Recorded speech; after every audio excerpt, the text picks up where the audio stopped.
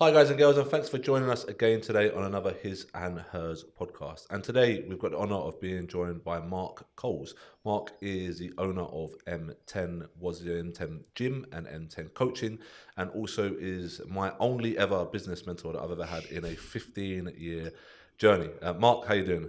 How are you? Very nice to be here. Dubai, Yes, thanks for all joining here. us. No, my pleasure. Thank you. Yeah, no, thanks ever so much for joining us, Mark. We've got Shah as well today. Shah, how you doing? Yeah, I'm all good, thank you. All good. Brilliant, good to hear. So, Mark, so those who don't know you, let's have a little bit of chat about who you are, what you do, where you've been in the industry. You're one of the people who've been in the industry longer than me.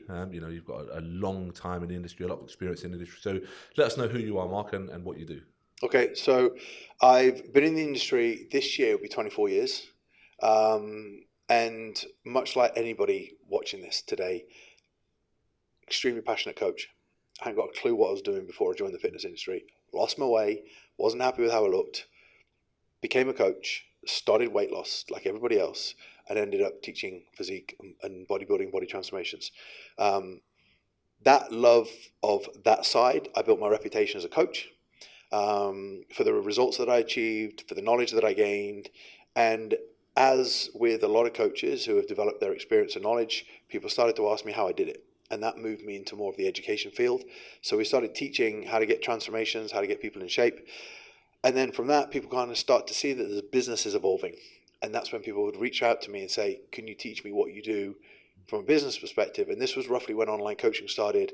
What are we talking? Instagram, 13 years ago, 14 years ago? Yeah, I would say, yeah, between that 10 and 15-year bracket for sure. Yeah. And like yourself, as soon as Facebook started, we went on. Nobody knew what was going on. As soon as Instagram started, we went on. And I found a way of being able to let other people know all over the world just what I was doing. And I kind of enjoyed that whole thing of I look back at it a few months ago and went, wow, this is weird. But I just posted my results. And because I was so obsessed with my transformations, this 40, 50 numbers of clients from all over the world started contacting you and saying, can you help me? That's how online coaching really started. And I would just send them Excel spreadsheets, the same program, and just ask them how they're getting on and check in every week. And there was no structure of how to do it. So I went from personal training to education to building an online business to then people asking me, how have I done these things? And quite frankly, by being a great coach. And I didn't really have a framework of how I did it. I just said, I just want to get results with people. And it was at that point where I kind of thought, there has to be a system that I've used. And that's where teaching's really come in, because I think teaching is all about finding a system of how you've done something and then replicating it, teaching it to other people.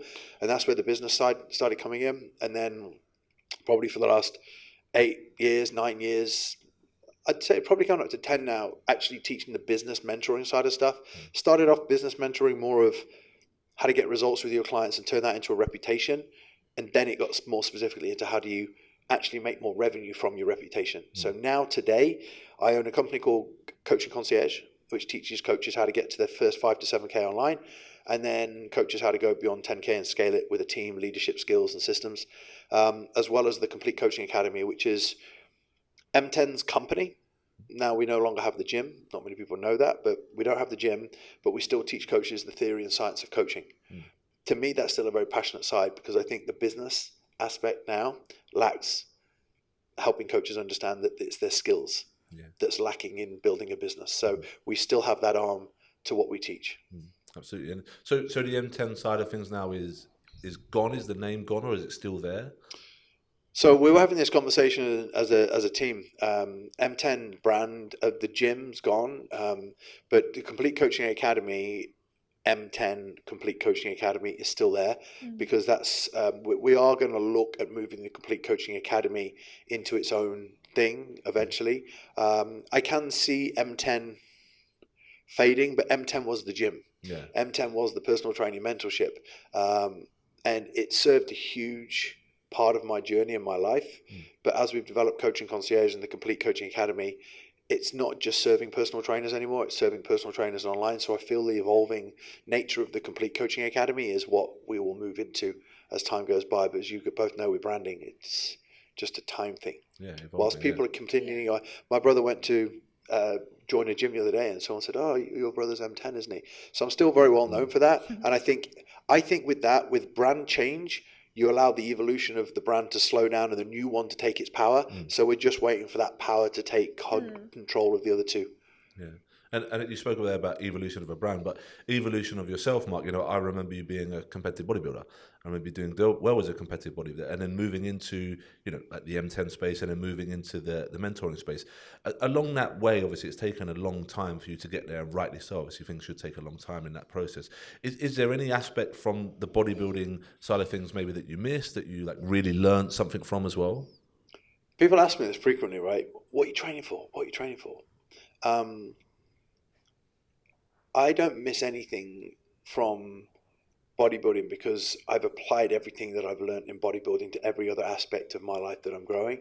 So when people say, why don't you try CrossFit or High Rocks? I was like, because I freaking love bodybuilding. Now, I might not be as big as I was, but I still love looking in great shape. And so don't want to change. People see me rowing and they go, oh, hybrid athlete. No, I'm just doing fitness. So I don't see I need a label for what I'm trying to do. Bodybuilding in itself, I think there's two people in my bodybuilding career or three people that taught me the most: Jordan, Milos, and Ben Pekulski. And it's fucking hard work. Yeah. If I'm all right to say that. Because relentless pursuit of something that you believe in and blocking out the world until you've achieved it. I've done the same in business, my body and my brain.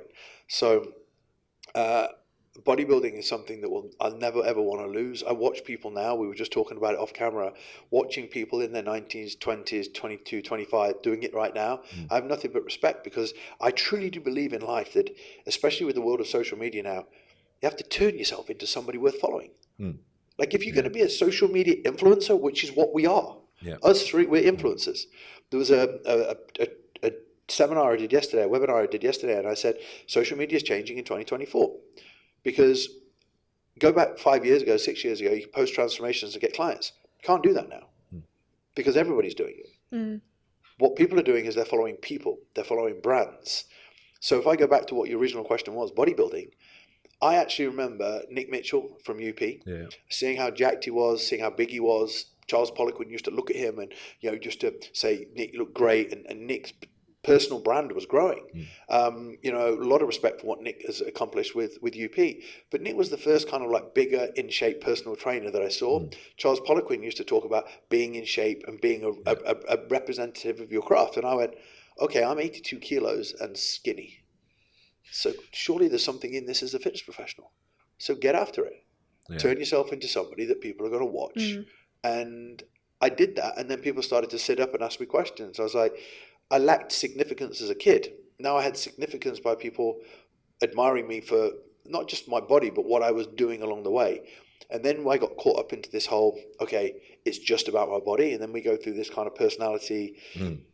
I call it this kind of like, it is an addiction where you think, who am I without my body? And then I start to find myself. So the whole bodybuilding journey, I watch people become obsessive, become about their body, not like being putting a bit of body fat on.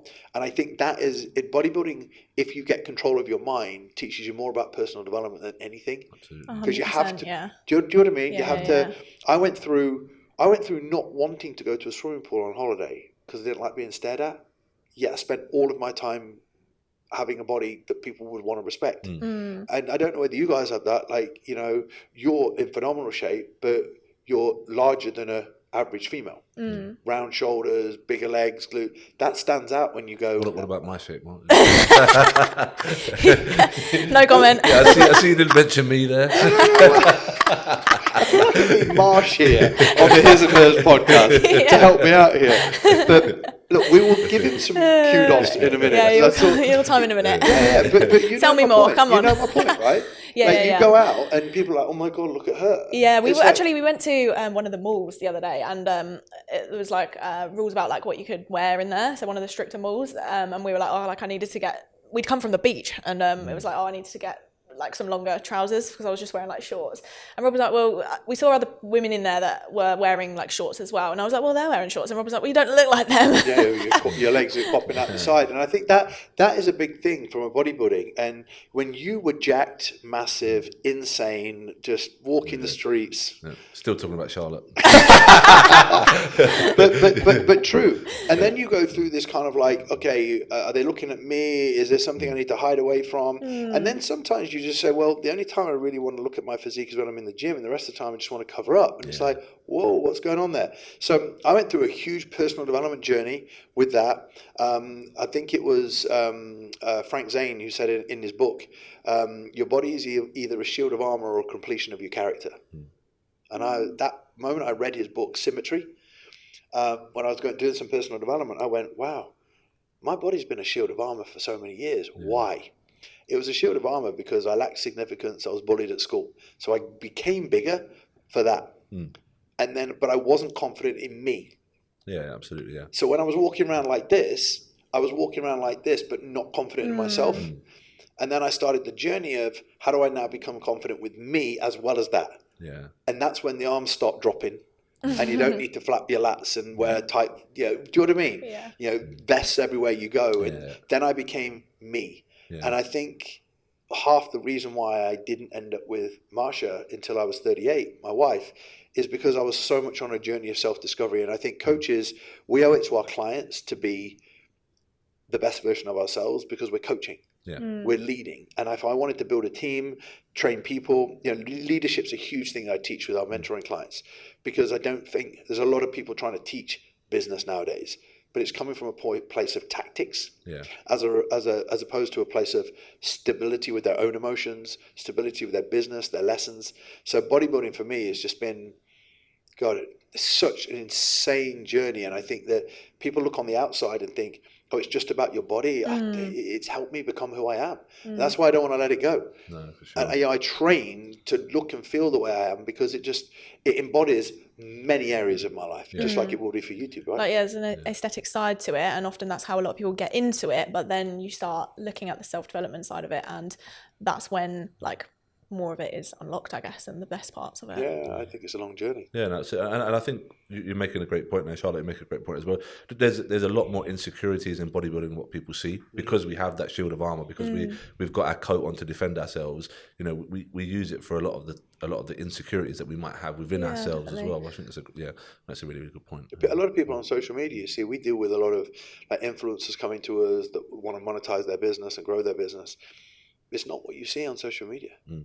You see a lot of pictures and confidence and everything, and behind the scenes we see a lot of low emotional stability, lack of confidence, lack of communication skills and leadership, and so we spend a lot of our time helping people stabilize themselves. Big part of our programs is personal development. And how do you not cure that, Mark, but how do you overcome that? One of the first and foremost things is starting to be introspective and starting to understand and accept that in order to change and grow, we need to change. So therefore, we have to look introspective and understand what is the parts of me that do need to change. Where's the lack of confidence come from? Where's the self-doubt and low self-worth come from? That I feel is where a lot of people, because I talk about something called a coffee cup. Every day, most of us have got an amount of emotional energy to give to a day, right? When you have a lot of self-doubt, low self-confidence, low self-worth, you start the day with stress because you're not fulfilled. And then you've not got much to give to your business, your training, and your relationships, your wife, your husband, your kids. So they get completely wiped out. Whereas if you guys, you're here, you're happy, you're in a great relationship, you feel good, you've got a great business, you've got so much emotional energy to give to your day.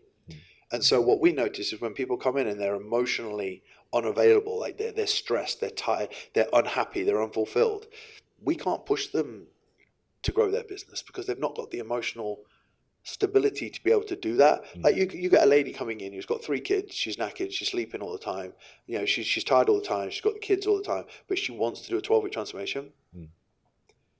She's not really going to be able to do more than steps to start with and just tidy up a diet. So you have to go, we need to figure out what we're doing with the kids.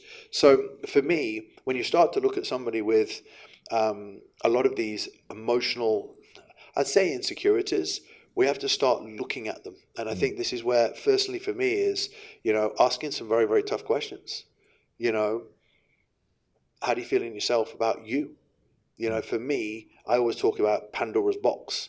In there's a lot of stuff that we'll bury about how we feel. And it's not until we lift that stuff up and acknowledge and start to address it. That's why I feel, like you said earlier, personal development. Personal development to me is not about depression or, anxiety. It's just about excellence. It's wanting to be a better version of you. And that's the start of stuff that we'll start to explore with people when we really start to look at building a business, or back in the day, building a body, because 90% of fat loss is personal development. It's not hard to follow a diet, is it? It's eating clean. It's not hard to go to the gym, even if you don't know what you're doing. Yes, we overcomplicate it with biomechanics and all the science and shit. But going to the gym and lifting, most people could be in average shape. So the reality of when it comes to building a business, 90% of business problems is personal development. Building a business isn't difficult. The difficult thing is speaking on camera because you don't believe in yourself. Writing a caption because you think that you've got nothing to give to the world. So I ask people, what's your message? What do you know what I mean? Like, what are you here to try and help people with? That's what people can't articulate, because they don't have the self-worth in themselves to give themselves the belief that they've got a place to help people, but they want to go on social media and share something. Yeah, no, for sure. And obviously been doing this for many years, Mark. Has that got worse because of social media? Has that self-belief in people diminished over like maybe the last 10 years? And also with like coaching becoming more popular, like has that made a difference to it as well, maybe? Do you know what I think? And I'm going to take it back to personal training. By the way, if I had my time again, I'd do personal training again. I still think personal training is amazing. I think there's a huge groundwork in that for sure. Huge. So what is the thing that personal training brings? People will think, oh, Mark, you teach a lot of business coaching and online coaching. Okay, cool. I do. Still teach a lot of personal training. We have a lot of coaches come to us doing 25 PT sessions that want to add online coaching. Well done. Keep your 25 sessions. You've got nothing going on in your life that means you can't work 6 days a week. You've got nothing going on in your life that means you can't work 12-hour days. Right? You've got all the energy, vigor, valor, everything. So what I think is that problem. If you come out of university and you want to be a lawyer, you go and work in a law firm, but you don't go to the bar, you don't do your exams, you just work in the office, packing papers, being someone's flunky, whatever. When I was working with my dad said, you're getting paid to learn. I used to go and read the meters. When Dad was in property, before I did valuations or anything, I go and read the meters. I had a Next suit, and I was so proud of buying this shitty Next suit. And I turned up at the flats where I was working, and my dad said, you're reading 377 meters in 14 days. Dressed like this. He went, you'll be all right. At the end of it, the Next suit was fried, right? And I was working with a guy smoking Super Kings, and I was like, I've got learning to do, haven't I? So the point about going back to personal training, in my honest opinion, is there's a lot of online coaches trying to go online now, and they're here, but what they need is here. And so the unfulfillment comes from going straight into, to be online nowadays, you have to have a personal brand, you have to have confidence, you have to believe in yourself, you have to put yourself on camera, put yourself in photos, speak about what you know about, and have results, or else you're just going to get swallowed up. So what we're noticing is people are skipping the personal training bit, which is the foundations of law. It's like if you work on a building site before you become a specialist, you're going to get beaten up by all the lads on the site and thrown in the mud and have all the jokes played at you. That's your grounding. So there's no apprenticeship in online coaching. I've got to go and do the stuff. The only thing about online coaching is confident, strong coaches survive. But people that have not got it, start where it's simple. But they're seeing the 5K, 6K, 10K, 20K months and going, I don't want to have to do 3K a month working for Pure Gym. 2.5. I don't want to do it. It's like, because there's now this jump, and kids, with a few grand getting into Bitcoin and stocks and all that, they make their money, they see that. So all the Instagram people, they're seeing a lot of people's success. So I don't think a lot of the younger coaches going online have got the emotional stability to connect the dots with that's not necessarily 100% realistic. So that's where I think our self-doubt, low self-worth and low self-confidence, because people are starting far too ahead for themselves, but think that there's nothing else I can do. I want to do online. I think there's so much work and so much learning in those foundations. And this was a great conversation that we were having off camera, is that we put the groundwork in very, very early on, and we made sure, like, back, it makes me and Mark sound really old, but 10, 12 years ago, you couldn't just jump online because online wasn't really a thing. You know, it was very new. We were having to put the groundwork in, and we were forced to put the groundwork in with PT, with growing, with learning. And people, like you say, are now seeing the stars and saying, right, well, actually, this person is earning 20K a month, but they've got no context to the fact they're earning 20K a month. So if I was a new, and I say to you, Mark, I'm coming to you and I say, right, I want to be an online coach. I've done my personal training sort of foundations. What are the first sort of steps we want to be putting in place then to go online? Well, the first thing is to not ditch the hand that feeds you, right? Because if you're making $2 or $3 grand a month and that's paying for your rent and your food and your bills, keep every bit of it. Yeah. Keep every bit of it. To build an online coaching business, you do not need to do 7 hours of personal training a day on the gym floor. You literally could do an hour or two a day of content creation, planning, and then having conversations with people. Because at the end of the day, I liken online coaching very similarly to personal training. Yes, there are companies and brands out there that can teach you all the tech and the funnels to do ads and all the tech stuff.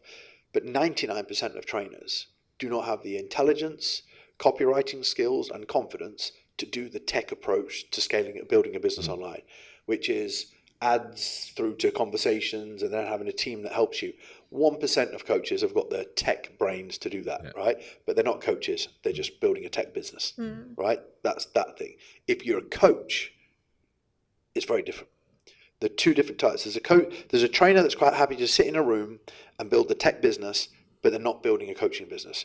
The coaches, in my honest opinion, have got to develop a social media platform and have confidence and certainty in who they are, their own inspirational journey, because I believe that there needs to be an inspirational journey, which is why all PTs now should be documenting their own inspirational journey. And if you're not changing, you're not growing, you don't look different, you don't speak confidently, then you have to work at that. And that's where you have a coach. Like if you want to speak on camera or film, if you want to film, go and get a YouTube coach, go and get an acting coach, like, because we've got to learn these skills very, very quickly. You know, I remember years ago, Vince Del Monte, who's you'll know Vince, right? Yeah. Vince told me he went and actually had acting classes to do his YouTube videos. Well done. Yeah, absolutely. Well done, because if you're not very good on camera, go and get a coach. Early on, I had graphic design. I hadn't got a clue. I hired a graphic designer for 6 months to just up my graphic design knowledge, skills, and brand. So, you know, the first step really is to look at your social media platform and be able to speak on camera, know exactly who you're speaking to, showcase an inspirational journey, and do whatever you can with your personal training clients to document some results and then just repost them over and over again. Once you've got like a shop window of who you help, how you help people, how you do it for yourself, and results, then it comes down to the same as personal training. Conversations. Yeah. Now, it's changing year on year how you have conversations, but on the gym floor, you will not get clients if you don't speak to Boris and Dot, John, whatever, on the treadmill. Yeah. No one ever got slagged off for doing that. No. You don't get slagged off in the gym for having a conversation. But in the digital world, the only way you're going to get a client is by starting a conversation. Yeah. Not like a VA that goes, "Hey, how are you? You know, hey mate." You know, genuinely, all I'm trying to do is get to know you. Yeah. And then that is a skill in itself. Without looking robotic, genuinely caring for somebody, because the only way you're going to get a client is by having a conversation. And I'm sorry to say this, but just like being on the gym floor, if you walk in the gym floor and sit back and don't talk to anybody, you're not going to get any clients. No. Just like online, you're not going to get the same. Now, my big thing for a lot of coaches is they think, well, look, that's all it is. I don't need a mentor. It's just chatting in the DMs. Right, okay, cool. But it's a skill, like training. I've been training since I was 15, and I'm still learning stuff. So the digital business is about getting better with your content, your marketing, your copywriting, and you can't watch a couple of videos on Instagram or YouTube and learn how to do that. Yeah. So it's about evolving and making it better week on week on week. And if coaches aren't prepared to do those fundamentals, maybe it's just not the right thing for them yet. Yeah, no. Yeah, especially PTs. Yeah, for sure. Like it does all like have such similarities to training. I remember going in the gym when I was 15, 16, and I trained chest every day because I thought if I did that, then that would be obviously the best thing to build my chest. And I learned from their mistakes, you know. And the same as coaching, I learned from the mistakes. Like what you're saying, you know, you have to go put yourself out there, have the crap conversations, and be like, oh, man, I need to review that because this hasn't gone it very far, and do that. And How do I make that better? How do I make it better? That's the thing, right? I've been doing this for a long time, right? And still today, people say, no, you don't. I went, yeah, I do. Every single day, I do at least 30 to 40 conversations every day. Whether I'm in a taxi or I sit down, I get up at 6 in the morning. If I've got 20 messages in my primary from people, I'll reply. People go, oh, it's Mark's VA. No, it's not. And then I'll do a voice note. They go, shit, it is you. I'm like, yeah. I've got a team of 28, and I'm still actively having conversations because that's how I learn my content. When I have conversations, they tell me what their problems are. So then I learn what content I need to be putting out there. It's one of the most valuable places for me to understand the fitness industry. So regardless of having a team that helped me with some of it, I still do a good percentage myself because I don't want to become disconnected from my business. So I think that coaches are very quick to delegate it and get rid of it. Oh, I don't like doing it. You know, I remember BPAC said to me a long, long time ago, those of you who don't know, Ben Pekulski, IFBB Pro Bodybuilder, I said, really struggling biceps. And we looked at the discrepancy between my incline curl, standing curl, hammer curl, and Preacher curl. Preacher was weak as hell. I said, right, 6 months, twice a week. 6 months, twice a week. Did it. So I did it. That's all the advice. I was mentoring. Yeah. Right? When we were with Charles Poliquin, told a guy that he looked like he was riding an emu with the size of his cards. Guy went to the toilet and Charles said, mate, are you riding an emu? And he was like, so the guy was like, what do I need to do to make him bigger? Charles was like, a year, 4 days a week. So when you get people giving you these pieces of advice, like 6 months, a year to get somewhere, this is what happens in the fitness industry. Online coaches just expect it to happen in 2 months, a month. 6 weeks, isn't it? Well, it is 6 weeks. Yeah. And the reality is the business stuff, the grind stuff, you know, so many times people are like, there must be a different way of doing this. I'm like, what, different way of hard work? You're looking at me. You said this off the camera. It's hypocritical. Coaches are telling their clients it's going to take 6 months to a year to lose 30 pounds. Right? Cool. They don't have a problem with that. Telling the client, and the client takes it on board. I tell somebody, look, you know, you might speak to business coaches, say they can get you where you want to be in 90 days, but you're not going to keep it. Yeah, absolutely. So I'm going to tell you it's going to take 6 months. Our guarantee in our business is we'll double your business and get your money back in 6 months. They're like, that's not a good offer. I'm like, it's a real offer. Yeah. Or we'll train you for free until we do. Now, I'm not saying I'll do you in 8 weeks or 90 days because 90% of the trainers coming into our world haven't got the emotional stability to get there. So my promise to you is in 6 months. Yeah. Got to do the groundwork first, your PT right, first. Right. So it's, you know, I think that, you know, let's flip it on its head. Year after year, there are people doing podcasts about building muscle. Year after year, there's people talking about how you lose body fat. But no one who's worth anything in the industry, and you've been doing this a long time, would come up with a different way of losing body fat. No. You're then, the thing that makes me different about what we teach with online coaching is actually the fact that I've been doing it for 24 years. Yeah. I teach it from an integrity-based coaching level, but I still teach very similar tactics. All I'm teaching you to do is to understand that it's going to take time, and I'll teach you how you can become more confident in yourself as you do it. I teach people actually how to build the character that will keep a business for a long time. Yeah. That's something that excites me. Isn't there nothing more enjoyable than meeting a client 2 years down the line who's still in shape? Yeah, absolutely. That's because you taught them how to keep it. That's what I love about business. Yeah. Nothing better than somebody saying a year later, Mark, I'm still doing this. I'm like, man, that's amazing. Yeah. Not you've made 25K in 4 months, now you're back down to 4. I see. We've always talked about sustainability and the ability to keep your results long term. That's carried over from how I coach fat loss and body composition and physiques into the way I teach bodybuilding, but to the way I teach business. But the new age of business coach, they're not. No. They're not, because they haven't got the long-term strategy because they've not been doing it long enough. So they have to teach the quick win, which gives coaches the false sense of what it is all about. And the 1 month high. Yeah. It's the 1 month high, isn't it? You know, it's the 1 month big boom. testimonial goes nothing, out. yeah. Oh, look what I've done with this client, and then Yeah. what they don't tell you is 6 months later they're earning less than what they've ever earned before. Yeah. And it's Yeah. hard for us because we do have to post the occasional shorter win to give people that, it's marketing. We have to, because if there's somebody that says, look, I joined the program, I went from 0 to 23 in 8 weeks, but the one thing we'll do is we won't post that until we know they've been doing it for 3 to 4 months. Yeah. Do you know what I mean? We'll know that the integrity is behind it, Yeah. rather than, oh, they've got it, let's post it, because I don't want somebody to then disappear and say, that wasn't the case. Yeah, it didn't work, yeah. But you know what, Mark? I loved when I was building a business. I loved the grind. I loved learning how to talk on camera. I loved learning. Obviously, I love learning from my mistakes. Obviously, we still do that today. But I loved the grind of actually having to go out there, message people, get it done. Like I don't have to do that so much anymore. But when I was in the grind, I love those days, man. Like I really wouldn't wish those days away. Like I really wouldn't be like, oh yeah, I earned 30 grand in a month, and now I'm earning it every month, and that happened after 1 month, because I'd missed I missed the grind, and I'd missed the, going to shows every single week and helping clients every single week and getting all these clients and doing this and feeling great because I've hit 50 clients. Like I'm like that grind was so good, and it really, really helped me build as a character, helped me build as everything. Like, do you think people like are not willing to put the grind in anymore? I think that because I said to somebody the other day, I genuinely believe that being a fitness professional will be one of the highest paid industries in the next 3 to 5 years.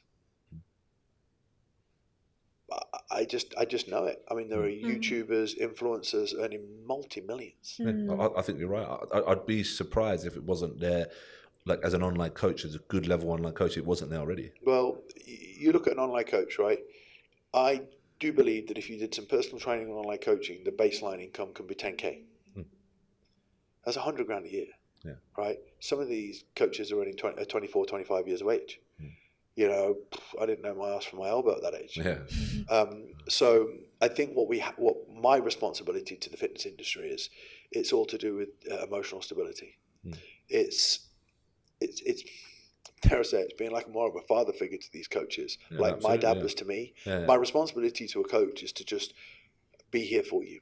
A lot of the mentoring we do is we listen to challenges and problems, and people are moving on from friendship circles and wanting to move to Dubai and earning loads of money.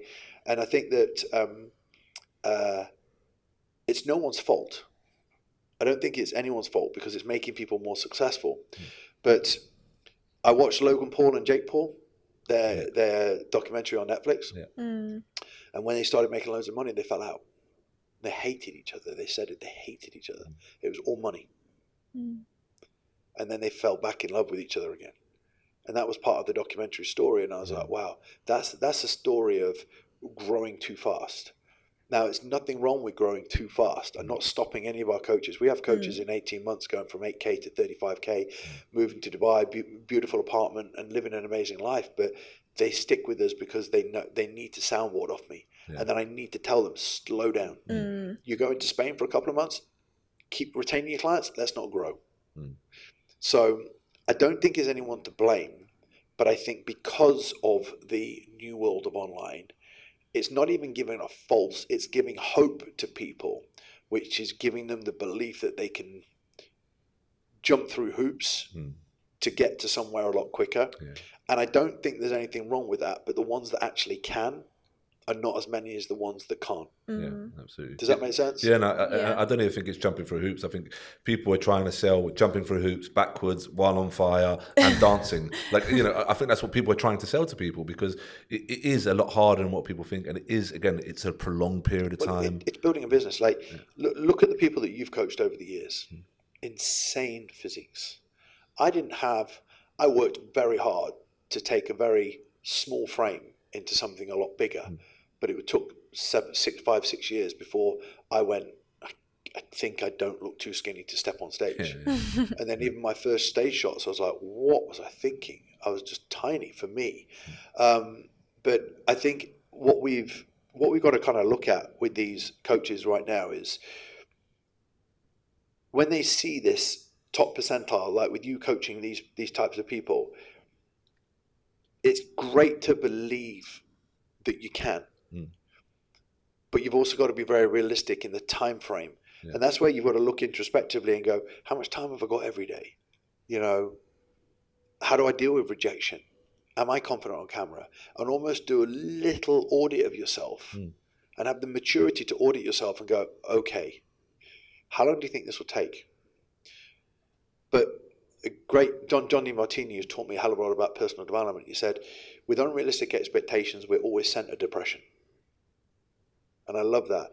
When you have such crazy expectations, like if you wake up every day, simple way of saying this, and you want to look like Phil Heath or Ronnie Coleman or whatever, and every day you're not that, but you don't have the genetics, your life will be a depression. Yeah, absolutely. Yeah. Your life will be a depression, because I never tried to. I think the person that I really aspired, I love Frank Zane's physique. I love the fact that classic bodybuilding's here now.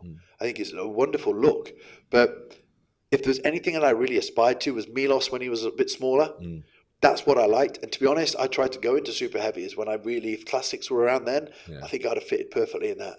But I tried to push into this bigger physique and then was living unrealistically, but then very unfulfilled every day of my body. So I think what we've got in business is a lot of coaches setting a unrealistic goal for themselves, but what it will take to get there and the time frame that they want is not matched by what they're prepared to do. And that's where the discrepancy, and that's where it is a depression. They feel depressed until they wake the fuck up and go, okay, I'll take my time.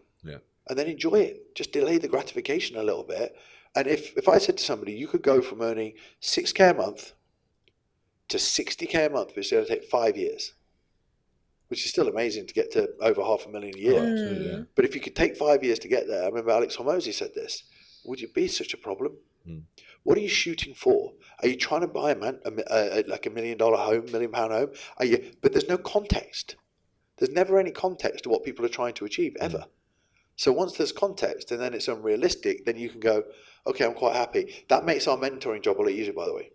When we can actually get a very, very achievable roadmap for somebody, and then they agree to follow it, then they stop watching what all the other coaches are doing. There's a lot of coaches come to Dubai and here 3 months, tell everybody they're here, but what people don't see is 6 months later they're back home.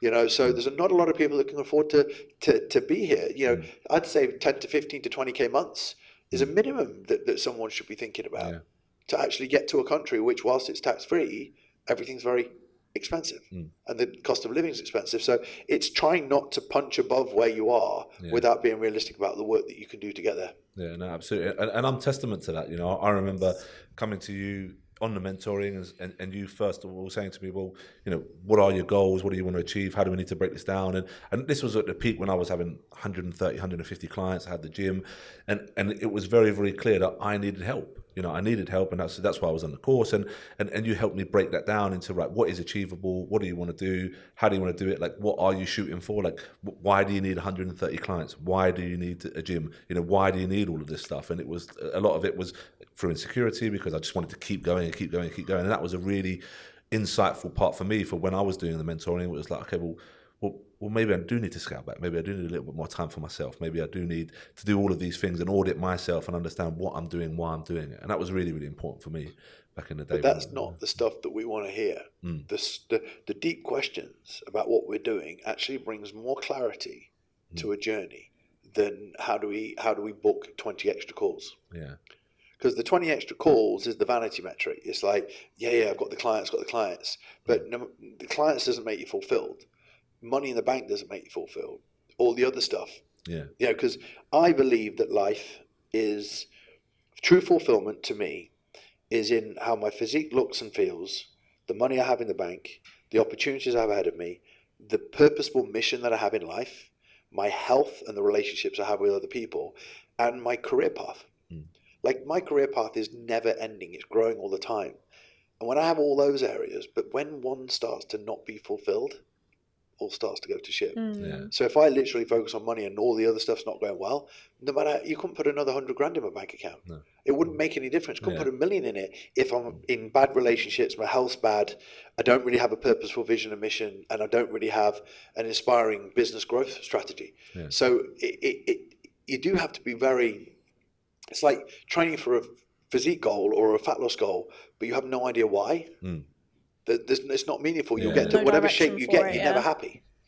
You know, and I think that's why life to me, from bodybuilding and building my business and building my relationships and being with Martian, this is why when you hire a longer term coach in fat loss and bodybuilding, if you've been doing it a long time, that person brings more to you than someone that's been doing it a year. Yeah. Because they've mastered many areas of their life. So once you hit one bit, I would say the business coaching we do, as much of it is about who you become as to what you make. Yeah, absolutely. And then people want to be part of it because of who you are, and they follow your brand, and your your personality is your brand, and who you are becomes that. The personal branding stuff, just over the next, well, it's been around for a long time now, but it's for the fitness industry.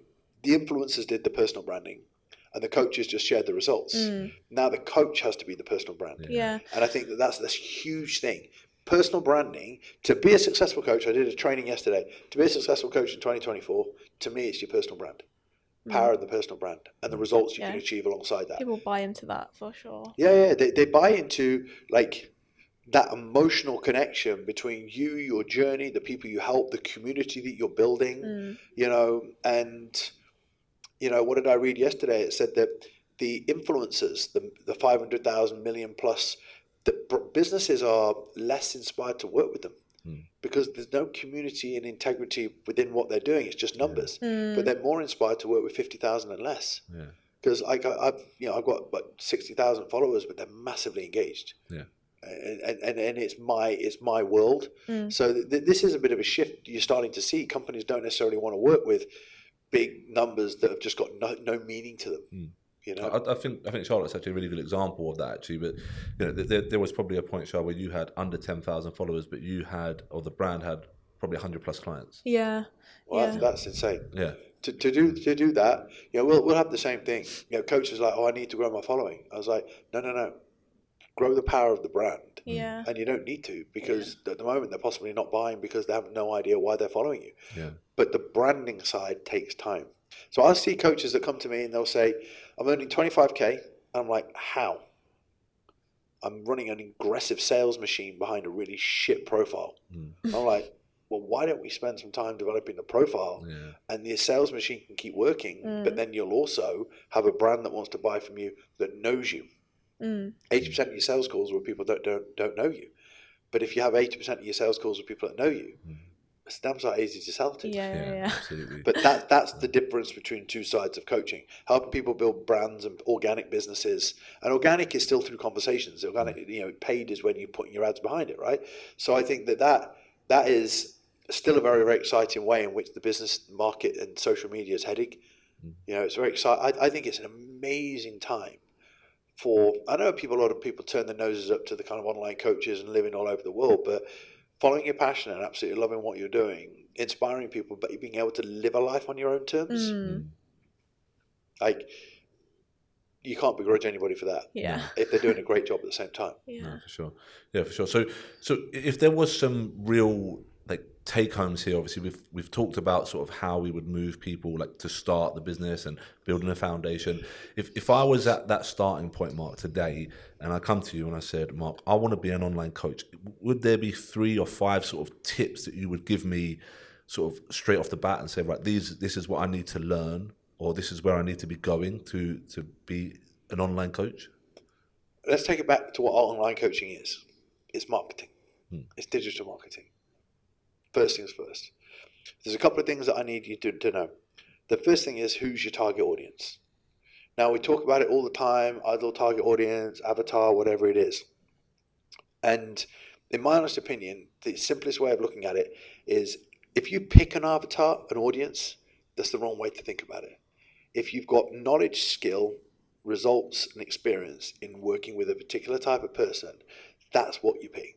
Not who you want to work with, because your audience will find you, right? You have to start with what you know and let it grow. So if you can help people build their self-confidence, lose weight, and feel great, that's who you help. They overcomplicate the bio. The bio just has to be who you work with. Now, if you're in sick shape as a bodybuilder, but you've never got anybody else in shape and you don't really have the skills, then you work with weight loss and gen pop. And you don't share as aggressive as much as your bodybuilding. Because you've got to be attracting. I have a lot of guys that say, I'm a body transformation coach, and all they do is post themselves. No, you're not. you getting in shape. So your coaching needs to reflect where your skills, your knowledge, and your ability starts, first and foremost. The second thing I'd say that you must start documenting your own journey in a very professional way, as opposed to, just your hardcore bodybuilding. The second thing. The third thing I'd say is you have to know what your signature offer is. For me, your signature offer is the thing with conviction that you can talk about the most. And I basically say that you need 3 areas. So what are the 3 things you help people with? And I call it your big 3, right? I help coaches drop body fat, build a physique, whilst eating foods that they enjoy, for example, right? So the reality is I help people build a better body, or in a more sustainable fashion. I help women build self-confidence, love who they look in the mirror, whilst eating foods that they love. That then gives you clarity of exactly who you're helping. The next thing I would then say is you break down your content into 4 pillars. So with mine, it's personal development, because I talk a lot about it. It's coaching standards. It's your relationship with money, and it's results. Now, some of the business coaches will have how to grow wealth, sales tactics, and lead generation. Cool. But you need to know your pillars, because then your pillars form your content. Okay? Once you've got those 3 things, the 4th thing is set an aggressive conversational strategy. And for me, that starts at 20 to 30 and then goes to 30 to 40. And when I say aggressive, I mean you don't not do it. I don't mean aggressive, it goes to 60, 70, 80, 90, 100. Here's what happened a few years ago. The more is the better, right? I disagree with more being the better. I agree with 40 being done very well. Because I don't think coaches have got the emotional stability and intelligence to be able to deal with a high volume. And if you're doing high volume, you're just thinking numbers. So the only way to do that is by scripting everything, and it never works. So for me, I think you can build a very successful business on 40 DMs a day, but it needs to be a really crafted, professional message where you're like, hey, just curious to know why you followed me. Is it more to do with my content, or did you have something specific fitness-wise you wanted to ask me? So nice, so opening, and somebody goes, oh, well, I did want to ask you a quick question. Or, no, just for the content. Cool. And then I'll send them something for free. I send most people to my Facebook group. There's 30, 35 trainings in there, all 10 to 15 minute long on how you build an online business. If you don't want anything from me, I'll send you some free content. We collect their email address in a Facebook group, and then they get a weekly email, 2 emails from us a week. And I think that the last thing to say is to expect to nurture. We're in a world now where everybody wants to make the sale on the first point of contact. But no one's prepared to build a relationship. So I would have a aggressive, I'd say a consistent 7 days a week outreach strategy, but also a follow-up strategy that goes with that. So the ones that don't reply, they all go on a spreadsheet, and then every morning you do your follow-ups. Hey, sent you this free thing, how did you find it? Or, hey, I know we spoke last week about you doing X, how are you getting on with it? So that's your follow-up strategy, because a lot of the business is made in the conversations that go on for a week or 2. So, you've got to look at your avatar, you've got to look at your big 3, you've got to look at your content pillars, okay? And then you've got to start looking at your conversational strategies. The funny thing is, a lot of people say, oh, I need to delete all my content from 2 years ago. No, you don't. Because no one looks beyond your 9 posts. Right? No one's going back. Yeah, that's all right. I spoke to a guy the other day, and he said to me, I've got 35,000 followers, and I went down his page, he's got 14 posts. And I was like, what happened to your posts? He goes, delete them. I was like, why? Because people like to see your involvement. Of course they do, if they're bothered to be on to scroll beyond 6. Yeah. So, and the funny thing is with this online is that people might look at what I've just explained and gone, well, I know how to do that. I'm like, how's that working for you? It's actually about the implementation, and you haven't got the emotional stability to do it every day. So when you have the accountability of a mentor, that mentor's job is to just keep pushing you. Because when you go to the gym and then they miss Fridays, because they're bollocksed. They miss Fridays because they let other things slip. But if the Friday was the training session with the trainer, they'll always turn up. Or if the trainer says, where are you? We're meeting at 3. That accountability, I did think, and I've said this in podcasts before, if you don't do it, you don't want it bad enough. And I'm going to change that. I needed help to stick to stuff when I hadn't got the motivation. Yeah, absolutely, yeah. And I used to think, well, when I first got into personal development, it was like, well, your inspiration carries you. There's no way you shouldn't want to go to the gym. Just because I went to the gym 5 days a week for 15 years Doesn't mean that everyone's going to do it, because the further you are away from enjoying it, the more help you need to do it. And that's what I've been a coach for 24 years. Yeah. Or people have paid me year after year to teach them to do stuff that it's not a habit. So they just need me to keep pushing them. So I think that everybody needs either a fat loss coach, muscle building coach, bodybuilding coach, or a business coach, because it's that little accountability. Said, look, you'd say you're going to do these things, or if you slip off the wagon, you have a conversation with somebody, and to add that final thing, it's like, the compounding money that you can make from investing X amount of grand in a mentor, or a fat loss coach, or a bodybuilding coach, or physique coach, whatever coaching you're involved in, the compounding effects in confidence with your physique, or money in terms of building your business. But people are so short-sighted, they think they can do it on their own. Yeah. And I think that's where a lot of the low self-confidence comes. Doing something for too long on your own will constantly remind you you're not making progress. And that's your quickest way to lose your self-confidence. So the fastest way to gain your self-confidence is to see micro progression over time.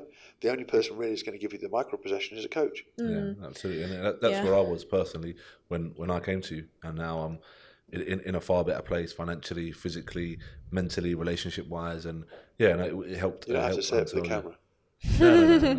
No, Mark paid me to say that. Agreed that one before. You know what you've just said, right? Like I mean, last year I paid a lot of money for mentors. I'm actually sitting this afternoon, not working out. I know where I'm going next. I just don't know whether it needs to be in a month's time or whatever.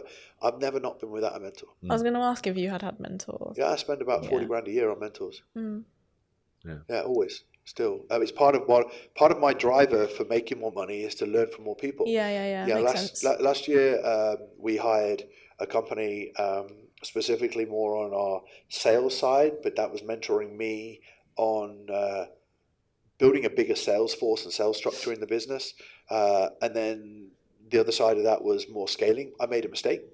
I'm like everybody else. I paid a lot of money to a mentor, made the wrong mistake. But I've done that over the years. I've made mistakes hiring the wrong people, because sometimes I hire people that aren't aligned with my values, but the people I've got the most from are aligned with me. So when you pick a business mentor or a fat loss coach or whatever, like, they've got to align with you. People make a decision on hire a mentor based on what money they make or how they flash they are. Yeah. It's like, dude, is that aligned with you? Because we listen to people that we respect and are inspired by, and we don't listen to people that we're not. I've always struggled with the mentors I've had, that if I didn't really get on with them. So you've got to sit back and be quite emotionally intelligent and say, am I hiring this person out of just because I want what they've got? Or am I hiring them because they're right to teach me? I think that's a real big lesson for a lot of people, because I may not be your right mentor after listening to this podcast. That's cool. But you might not be somebody's fat loss coach. You might not be. Yeah. But then we should never get butthurt that somebody's going to see somebody else. No. Yeah. I've never, of course it's upset me in my life where people have left and they go with somebody else. That's cool, right? At the time you're like, oh man, what the hell? But people's personalities change, values change. I think you've just got to be smart enough to decide who you're having. So why I actually speak so powerfully about hiring a mentor, one, I want to work with as many people as possible and help people. But two, is because I believe in the process. I talk to people about vision planning. I have a 6-page, 5-page vision plan, and every single year I write it out, and I sit down at the beginning of the year and I write it out, and everything comes true and normally doubles because I've been clear and certain of what I want. Then I go and hire a mentor and I say, I want to get here. And that mentor's way further ahead of me. At the moment, there's things in my business right now that I can't see. I can't see it. That's just because I've not been there yet. So my next move is to not hire somebody to teach me a system. I just want them to listen to me, look at the business, and they are X amount further ahead of me. I just tell me what you see. And if it costs me X amount of grand to find that out, that's my bottleneck. Whatever anybody's bottleneck on this episode, listening to this podcast now, it's because they can't see it. I couldn't see that I could get on stage. I didn't believe it. And Milos said to me, let me believe I can see your physique on stage. Just do the bloody training. Yeah. He said that because I said, I can't see myself on stage. He goes, you're not supposed to. You've never been on stage. Yeah. So let me put you on stage through the diet, the training. You just do the training. I will get you there. And I think that's another thing in mentoring, is if the mentor's right, do the work, and trust the process, because you're not supposed to feel confident yet. You are supposed to have self-doubt. You are supposed to be insecure, but the person who's mentoring you isn't. Yeah. So the next 6 months is going to be, I don't know Worries. if I'm doing the right job. And that's often why they won't sign up, out of fear. Yeah. And you're like, dude, you're supposed to have fear. Yeah. Right? So don't go, I don't know. I'm like, am I right? Do you believe me? Is there evidence in what I've done? Then lean in. Because the way I choose a mentor is not based on what everybody else having them. It's me following them and going, I really like what they're all about. Yeah. I really like what they're all about. Now, if they're making the type of money that we want to make as a company, and they've done it with integrity and values intact, and been doing it for quite a while, it's not just flash in the pan. Last year, I hired somebody who was flash in the pan, and so was my money. I didn't get anything from it, just because I was trying to learn off a 27-year-old, and no disrespect, but it was just a bit too flash, quick, and it doesn't really align with my brand, which is why the methods went in one and out the other for me. Yeah, no, absolutely. I think that's a great segue to finish upon, Mark. I really, really appreciate that. And those sayings, and like you said, I do think everybody should have somebody accountable to. I do think everybody should be able to look at somebody and say, listen, you inspire me. You've done it with integrity. How do I then follow that path, and how do I get those footsteps into where you want to be? They do that with you in LRF and the results. They do that with you, Charles. Everything that we do, it's your personal journey and the people that you've helped is what people are buying into. So it's not just about business mentoring. It's just about we're just paying into something that we believe in ahead of us and guide us through it. Absolutely. Yeah, absolutely. So if people don't follow you, Mark, and they don't know about your services, where can they follow you? Where can they get some more information on your services? Just follow me on Instagram, Mark Coles M10, and then our website's m10life.com. Everything segues into everything from there. We have the Mastery podcast as well, so there's an episode every week. Awesome. Yeah, super. Thank you Thank very you much for so much joining for your help, us. Mark, and thank you for contributing. I hope everybody took something out of that. Mark, thank you very much. Shah, thank you very much. Guys, take care. Goodbye. Thank you. Thank you.